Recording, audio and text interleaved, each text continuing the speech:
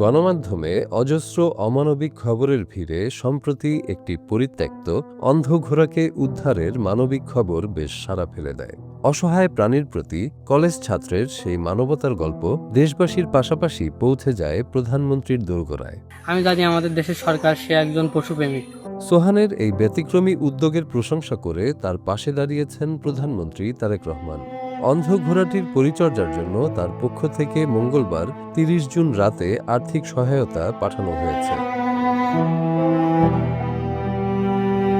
একটি অন্ধ ঘোড়া যখন ক্ষুধা, তৃষ্ণা আর অসহায়ত্বে মৃত্যুর প্রহর গুনছিল, তখন কেউ ব্যস্ত ছিল ছবি তুলতে, আবার কেউ সামাজিক যোগাযোগ মাধ্যমে পোস্ট করেই দায়িত্ব পালন করেন।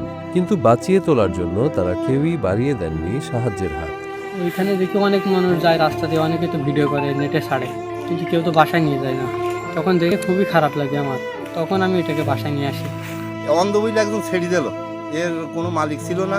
বাংলাদেশ ভারত সীমান্তে ইছামতি নদীর শ্মশানের রাস্তার পাশে পড়ে থাকা সেই প্রাণীটিকে ঘিরে ছিল মানুষের ভিড়। আর সেই সময় মানবতার এক অন্যরকম গল্পের জন্ম দিল সাতক্ষীরার কলারোয়া উপজেলার সীমান্তবর্তী চান্দুরিয়া গ্রামের কলেজ ছাত্র সোহান। মানুষ তো সবাই আর একরকম না। মহান রব্বুল আলামিন মানুষ সবাইকে সৃষ্টি করেছেন। মানুষ তো আমরা সবাই মানুষ, কিন্তু মানবতা তো সবার ভিতরে থাকে না। তার বাড়িও এমনকি তার বাপ মা বলে যে ঘোড়া নিয়ে আইছিস কেন, তারপরেও সে দেখা যাচ্ছে নিয়ে এসে মানে বাড়ির মা বাপের কথা না শুনে তারপরেও সে খাওয়া দাওয়া দেয়, লালন পালন করে। সুস্থ থাকাকালে ঘোড়াটি হয়তো তার মালিকের কাজে আসত, তবে অন্ধ হয়ে যাওয়ায় সেই নিষ্ঠুর মালিক সম্ভবত তাকে অবাঞ্ছিত মনে করে। তাই রাতের আধারে তাকে ফেলে চলে যাওয়া হয়। ঘোড়াটির অসহায় অবস্থা দেখে সোহান স্থির থাকতে পারেনি। কোনো দ্বিধা না করেই শ্মশানের রাস্তার পাশ থেকে মৃত্যুপথযাত্রী ঘোড়াটিকে উদ্ধার করে নিয়ে আসে নিজের বাড়িতে। আনার সময় ঘোড়াটি এতই অসুস্থ ছিল যে ঠিকভাবে হাঁটতেও পারছিল না। একদিন আমি শ্মশানের ওইখানে বন্ধুদের সাথে ঘুরতে গেছিলাম, এখান থেকে প্রায় ১ বছর আগে। সেখানে যাওয়ার পরে দেখি একটা অন্ধ ঘোড়া আমাদের ওইখানে শ্মশানের ওইখানে ফেলানো আছে। মালিক রাতের আধারে এসে ২ চোখ অন্ধ বলে কিছু করতে পারে না, এই কারণে তাকে শ্মশানের ওইখানে ফেলে যায়। তখন প্রায় মরে যাব, মরা অবস্থা। বাসায় তাকে ২-৪ জন মিলে হাঁটতে তো পারছিল না, জোর করে নিয়ে আসা হয়েছিল তাকে বাসায়। শুরুতে পরিবারের কিছুটা আপত্তি থাকলেও ছেলের মানবিকতার কাছে হার মানেন বাবা মা। তাদের ছোট্ট উঠানি হয়ে ওঠে অসহায় প্রাণীটির নতুন আশ্রয়। জীবে প্রেম করে যেইজন, সেইজন সেবিছে ঈশ্বর। মহান সাধক ও দার্শনিক স্বামী বিবেকানন্দের সেই অত্যন্ত বিখ্যাত ও অমর বাণীটি যেন সোহানের কর্মে প্রাণ ফিরে পেল। আর অন্ধ সেই ঘোড়াটি এখন যেন পরিবারের নতুন সদস্য। ঘোড়াটিকে বাসায় আনার পরে বাবা মা একটু না করছিল প্রথম, তারপরে তাদেরকে বোঝানোর পরে তারা এখন সবাই ভালোভাবে দেখে। বাড়ির মানুষ সদস্যের মতনই আছে সে। এখন বাসায় গরু আছে ১-২টা, তাদের সাথে সে থাকে। এখন ঘোড়াটা অনেক সুস্থ আছে। ভাইয়া যখন বাসায় না থাকে ঘোড়াটা তখন আমি দেখাশোনা করি, ঘোড়াটার খাঁচাটাতে দেই এবং বাগানে দিয়ে এমনি গোসল করাই। সোহান কলারোয়া উপজেলার চন্দনপুর ইউনিয়নের চান্দুরিয়া গ্রামের বাসিন্দা নাইম হোসেনের ছেলে। কৃষক বাবার ২ ছেলের মধ্যে সোহান বড়, তার মা একজন গৃহিণী। সোহান চন্দনপুর ইউনাইটেড ডিগ্রি কলেজের দ্বাদশ শ্রেণীর শিক্ষার্থী। সাতক্ষীরা জেলায় কলারোয়া থানায় চন্দনপুর ইউনিয়নের চান্দুরিয়া গ্রামে আমার বাসা।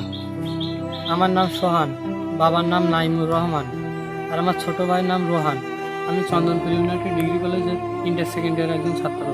ঘোড়াটিকে বাড়িতে আনার পর সোহান স্থানীয় পশু চিকিৎসকের শরণাপন্ন হয়। চিকিৎসক পরীক্ষা করে জানান প্রাণীটির ২ চোখই স্থায়ীভাবে নষ্ট হয়ে গেছে। আধুনিক চিকিৎসার মাধ্যমেও তার দৃষ্টি আর ফিরিয়ে আনা সম্ভব নয়। আনার পরে আমি চিকিৎসা করি, ডাক্তার দেখাই। ডাক্তার বলে যে তার চোখ আর কখনোই ভালো হবে না।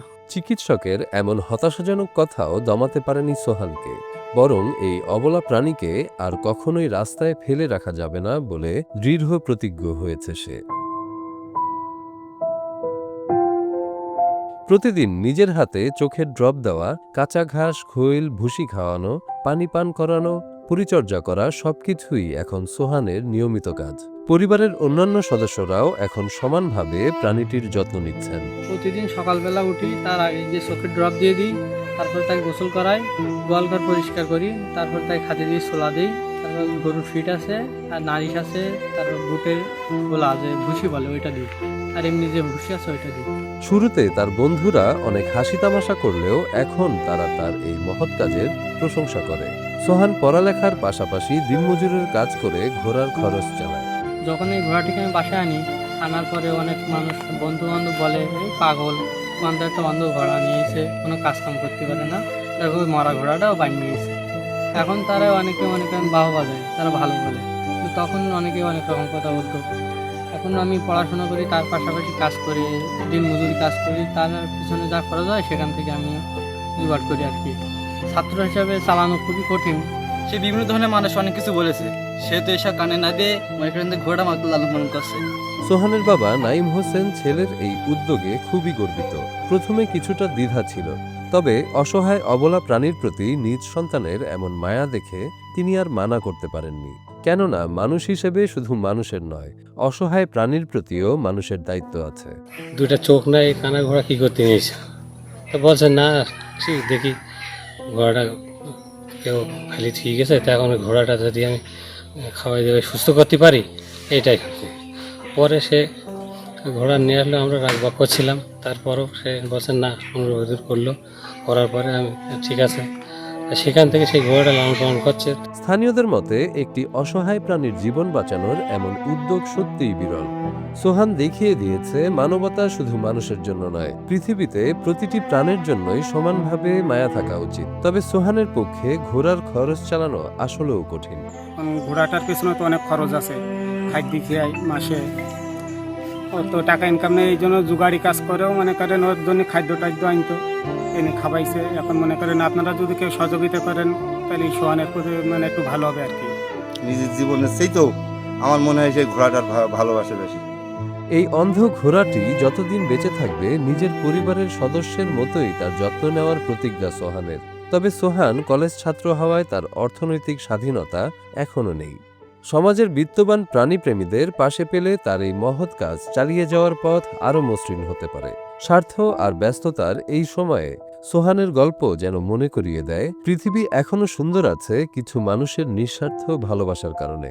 অন্ধ ঘোড়াটি হয়তো আর কোনোদিন পৃথিবীর আলো দেখতে পারবে না, কিন্তু সোহানের মানবিকতার আলোয় সে পেয়েছে এক নতুন জীবন। প্রথমে যারা আমাকে নিয়ে হাসাহাসি করতো তারা এখন অনেকে আসে এবং ভালো বলে সেই সময় তোকে নিয়ে হাসাহাসি করতাম, আর দেখ কত মানুষ কত জায়গায় ভিডিওটা গেছে, সবাই দেখে, সবাই ভালো বলে, এখন সবাই তোর জন্য দোয়া করে। এখন আমরা সেই সময় যে ভুল ধারণা করছিলাম তার জন্য তোর কাছে মাপ চাচ্ছি, এগুলো বলে।